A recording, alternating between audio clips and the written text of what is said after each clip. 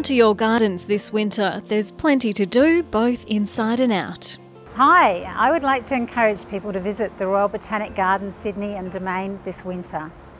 During your visit, take time to consider how this magnificent site could be improved for future generations to better meet the needs of visitors, not only from Sydney and New South Wales, but from right across the world. For horticulturalist David Laughlin, winter is the best time of the year at the Royal Botanic Gardens, Sydney. Well, for me it's the change of the season. I'm from the Northern Hemisphere, as you might be able to tell, and we've got very distinct seasons, whereas in Sydney, we've got winter and summer really. Looking at it, I find some of the deciduous trees quite amazing. You can see the framework of the branches whenever they don't have their leaves, and yeah, I like winter, probably my favourite season in Sydney. There are natives flowering, banksias, wattles, eucalypts and more. There's a few things flowering around the gardens in winter. Obviously we've got a lot of clivias and they come out and flower, and they're spectacular orange flowers all through winter. Some of the camellias are starting to come out. We've got quite a collection of camellias as well in the gardens. We've also got quite a few azaleas, and they're quite spectacular in Sydney in winter. In winter, mushrooms flourish, and there's nothing magic about these.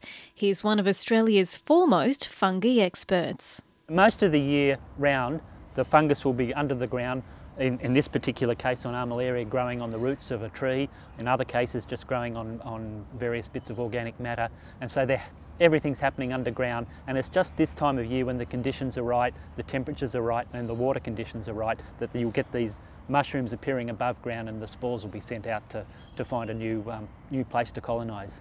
Mushrooms can kill trees, plants and us. I really recommend that unless you're with an expert who really knows what they're talking about, knows each individual species of mushroom very, very, very, very well and with a great deal of knowledge, that you don't eat them, because many species are toxic and cause very nasty illnesses and in some cases death. The Botanic Gardens restaurant is a popular stop-off, and the winter roasts are to die for. So the roast is it's a rotating menu of pork, lamb, whole roast chicken, turkey, and that changes every week. But then with that you've got lovely roast carrots, onions, potatoes, gravy and Yorkshire puddings. You can't beat the freshness. Some produce is sourced here. We're lucky in the garden, we've got the Aboriginal range around here, so we get to use lots of things like native banyan nuts and greens sourced from without the garden. Davidson plums, just some really hearty indigenous products, which is good.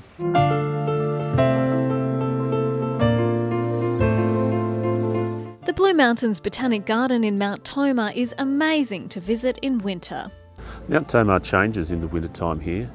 The mist that rolls in through this valley and fills it with fog and mist makes it quite mysterious. You could stand here and look at it for hours.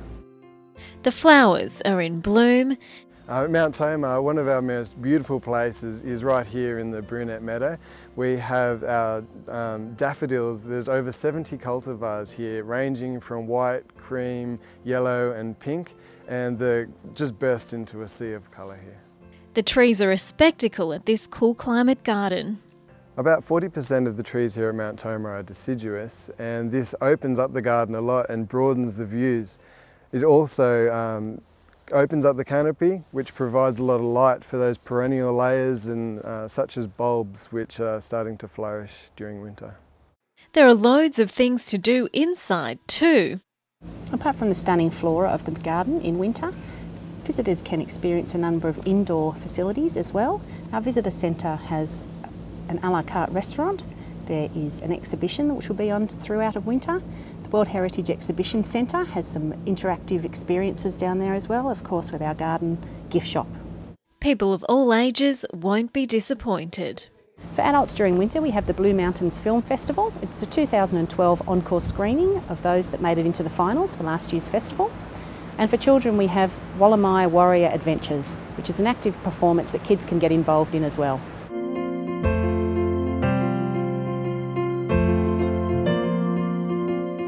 You can tie the knot at the Australian Botanic Garden in Mount Annan or see the knot sculpture. Here's dry stone walling expert Jeff Duggan.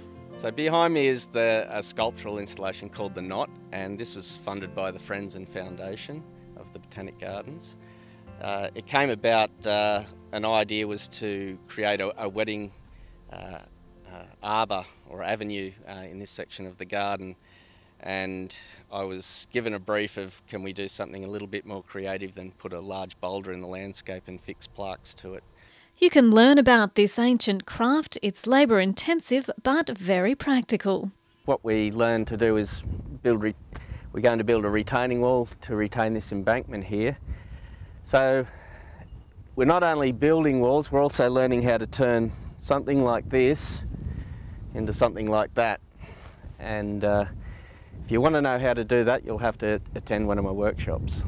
All this activity is sure to work up an appetite. We're doing some hearty soups, some house-made pies. We've also got an orange and wattle seed bread and butter pudding, which we're utilising a bit of the native produce for this winter special, so it's worth getting down and giving it a try.